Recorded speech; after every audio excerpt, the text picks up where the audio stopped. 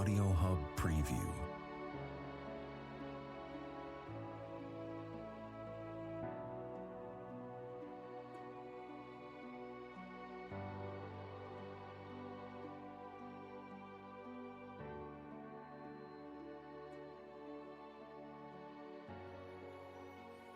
Audio Hub Preview.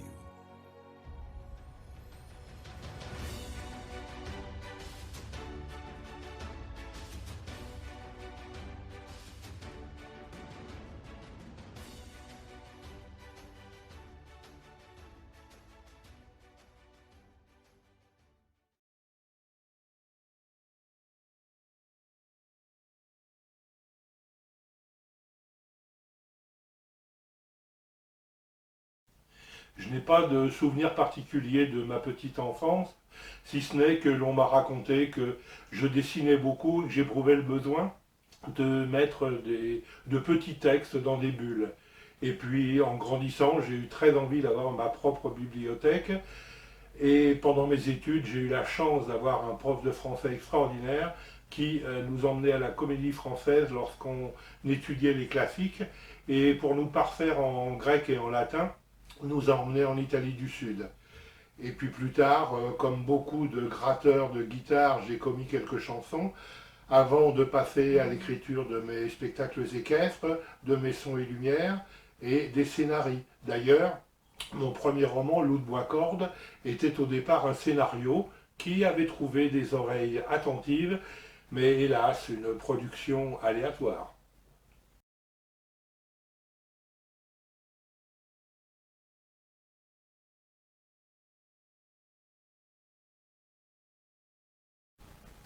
L'histoire est un roman qui a été, le roman est une histoire qui aurait pu être à Dylan et Goncourt.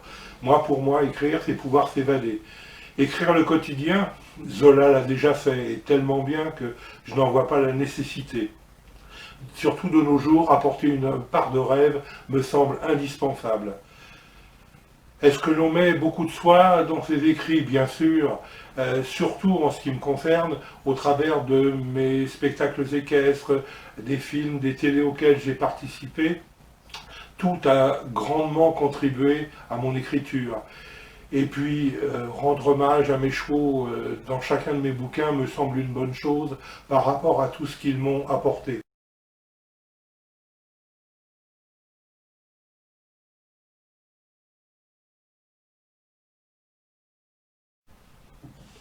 En tant qu'électron libre, je revendique le droit d'écrire quand j'en ai envie. Le problème, c'est que j'en ai envie tous les jours. Par contre, pour les idées, c'est un petit peu plus complexe dans la mesure où elles m'affairent longtemps, le jour, la nuit, et puis un matin, c'est un torrent de mots, en attendant que les belles idées s'envolent et les inévitables ratures. Sully aurait pu dire écrivage et raturage. Une bonne partie du temps d'écriture est passée aussi à la recherche de documents pour éviter de raconter trop de bêtises, et puis aussi de s'apercevoir que nos personnages ont une vie propre qui souvent bouleverse le roman initial.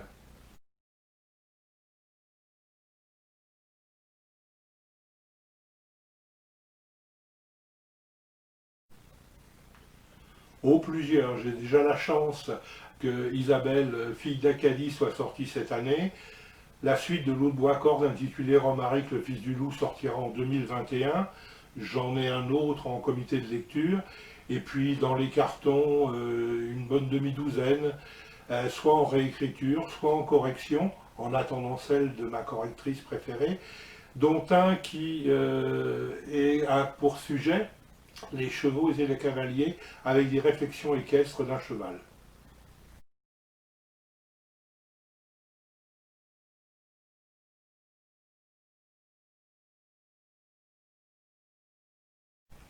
Oh, j'aurais aimé qu'on parle des écrivains qui m'ont donné envie d'écrire. J'aurais aimé qu'on parle de l'amour, qu'on parle de la vie. Moi, j'ai eu la chance d'en avoir plusieurs, et le tout en une seule. J'aurais aussi aimé parler de l'humilité qui semble manquer dans le monde littéraire. Et puis dire aussi que quand on a la chance de garder une âme d'enfant, on vieillit moins vite, même si on passe pour un crétin aux yeux de l'élite. Et puis leur dire aussi que ma vie est certainement plus drôle que la leur. Et puis avant tout que Écrire, c'est partager, écrire, c'est donner, et puis écrire, c'est aimer.